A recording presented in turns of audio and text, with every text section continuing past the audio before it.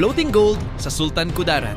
Usap-usapan ngayon sa Lebak, Sultan Kudarat ang muling paghukay ng mahigit 200 kilos ng pinaniniwalaang ambergris o mas kilala bilang suka ng balyena. Matapos itong unang ilibing dahil sa sobrang baho nito. Ayon sa ulat, natagpuan umano ito ng ilang mangingisda na palutang-lutang sa dagat noong Mayo 8. Dahil sa tindi ng amoy, agad nila itong inilibing habang hinihintay ang pagdating ng mga eksperto para suriin kung tunay nga ba itong ambergris. Pero ito ang nakakagulat.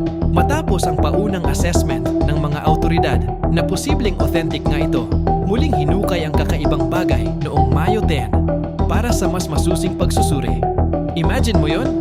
Hinukay ulit kahit sobrang baho dahil posibleng milyon-milyon ang halaga nito.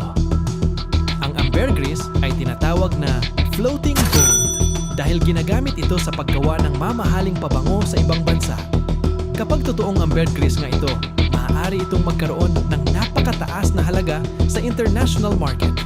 Sa ngayon, patuloy pa rin ang investigasyon at pagbabantay ng mga autoridad habang hinihintay ang opisyal na kumpirmasyon kung tunay nga ba itong ambergris o ibang uri lamang ng substance mula sa dagat.